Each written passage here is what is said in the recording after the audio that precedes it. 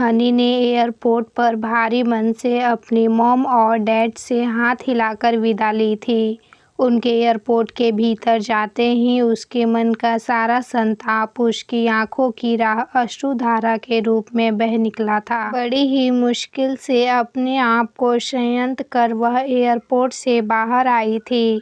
वहां से घर लौटते वक्त वह खिन्न मन सोच रही थी, उफ, वक्त कितना अनिश्चित होता है। कब किस करवट पलट कर किसी को भी अबूझ अनजानी डगर पर धकेल दे कोई नहीं जानता। आज से 3 महीने पहले आंखों में आगत छुट्टियों के असंख्य सुखनुमा सपने सजाए उसने अपने जन्मदाता की जन्मभूमि पर कदम रखा था। कितनी खुश थी वह तब। मनोविज्ञान में पोस्ट ग्रेजुएशन करने के उपरांत वह रिसर्च कर रही थी। अभी पिछले माह ही उसकी थीसिस पूरी हुई थी, जिसे पूरा करते ही उसकी नौकरी अमेरिका की एक प्रतिष्ठित यूनिवर्सिटी में लग गई थी। उसे अपनी नौकरी 3 माह बाद शुरू करनी थी। ये 3 माह उसने अपने पिता की मातृभूमि इंडिया में बिताने की योजना बनाई थी। हनी के पिता भारतीय थे और माँ फ्रांस की थी। अभी तक वह इंडिया नियमित रूप से हर वर्ष केवल क्रिसमस की छुट्टियों में उनके साथ आती रही थी।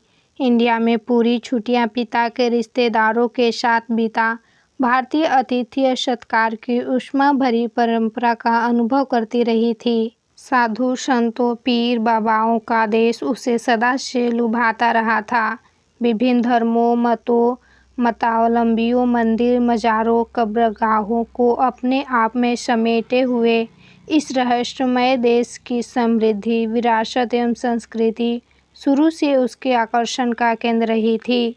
इसलिए इस बार उसने 3 माह के भारत प्रवास की योजना बनाई थी, जिसके दौरान वह भारत को नज़दीक से देखना चाहती थी। लेकिन उसे क्या मालूम था कि हालातों का सर्वथा नया मोड़ उसे इंडिया को सदा के लिए अपना निवास स्थान बनाने को मजबूर कर देगा।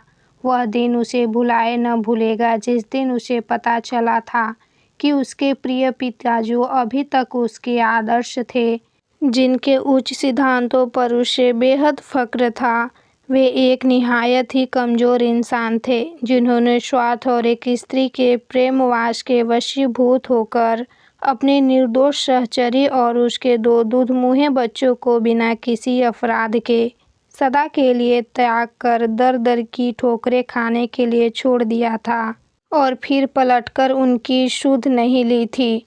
वह क्षण उसके मानस में सदा के लिए अमिट हो गए थे, जब उसे अपने पिता के अपनी पूर्व पत्नी के प्रति किए गए विश्वासघात एवं छल की कहानी उसके सामने प्रकट हुई थी और घोर निराशा और अवसाद के पलों से आंख मिचौली खेलते हुए कब वह विगत दिनों की सुखद यादों की पगडंडी पर भटक आई थी, उसे भान न हुआ था। इंडिया में कदम रखते ही वे मानो दूसरी ही दुनिया में पहुंच जाते थे। उसका परिवार एक सुखी आदर्श परिवार था। प्रोफेसर माँ और प्रोफेसर पिता ने उसे और उसकी छोटी बहनों को बेहद लाड प्यार से पाला था। भारतीय पिता के लालन पालन में भारतीय संस्कृति का परिचायक अनुशासन के अंकुश ने उन दोनों बहनों को एक लक्ष्यपूर्ण जीवन की सौगात दी थी, जिसने उन दोनों को कभी हार से भटकने नहीं दिया था। उस शिक्षित माता पिता के संरक्षण में दोनों बहनों ने उनकी तरह उच्च शिक्षा के क्षेत्र में अपना करियर बनाने का निर्णय लिया था और दोनों ने ही आखिरकार कड़ी मेहनत और अभिभावकों के प्रोत्साहन और प्रेरणा से अपनी अपनी मंजिल पा ली थी। बड़ी जेनी की रिसर्च पूरी हो गई थी और छोटी हनी की रिसर्च पूरी होने को थी कि तभी क्रिसमस की छुट्टियां आ गई थी और पूरे परिवार ने ये अवकाश पिछले वर्षों की तरह इंडिया में बिताने की योजना बनाई थी। ढेरों शॉपिंग के लिए बाजार के चक्रों के बाद उनकी भारत यात्रा की तैयारी पूरी हुई थी और आखिरकार वे सभी इंडिया पहुंच गए थे।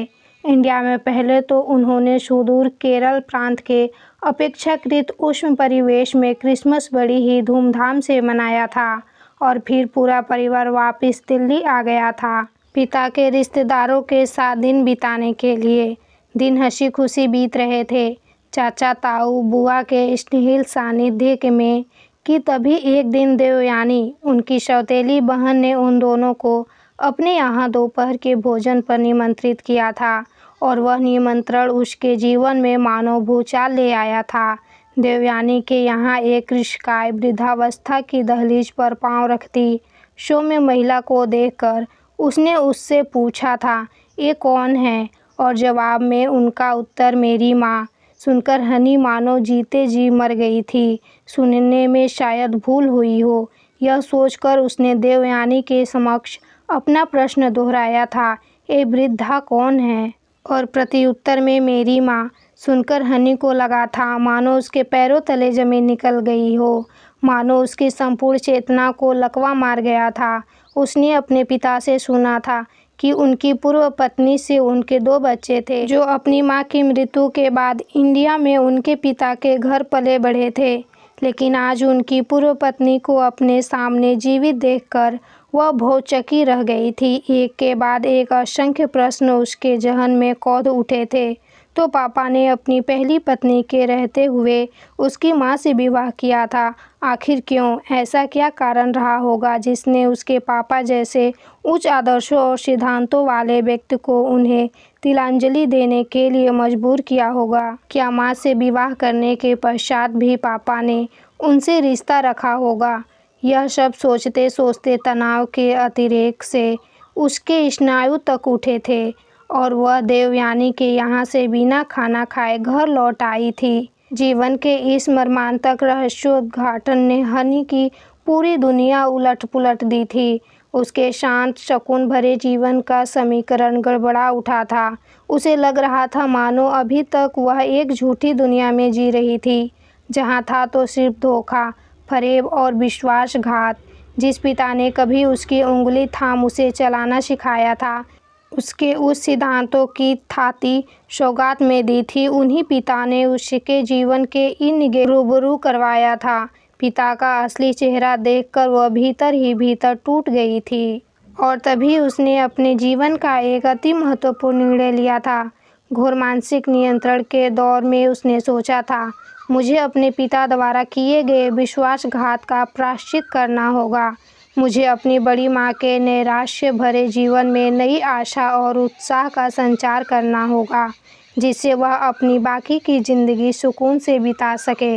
यह सोचकर उसके विषादग्रस्त मन को तनिक सांत्वना मिली थी, और कब वह नींद के सुकून भरे आंचल में सिमट गई थी, उसे पता तक न चला था। अगली सुबह अपने फैसले को कार्यान्वित करने का समय आ पहुंचा था। उसने इंडिया की कई नामचीन यूनिवर्सिटी में विजिटिंग फैकल्टी के पद पर आवेदन कर दिया था। उसकी उच्च शैक्षणिक योग्यता को देखते हुए अधिकतर यूनिवर्सिटी में उसकी नियुक्ति हो गई थी।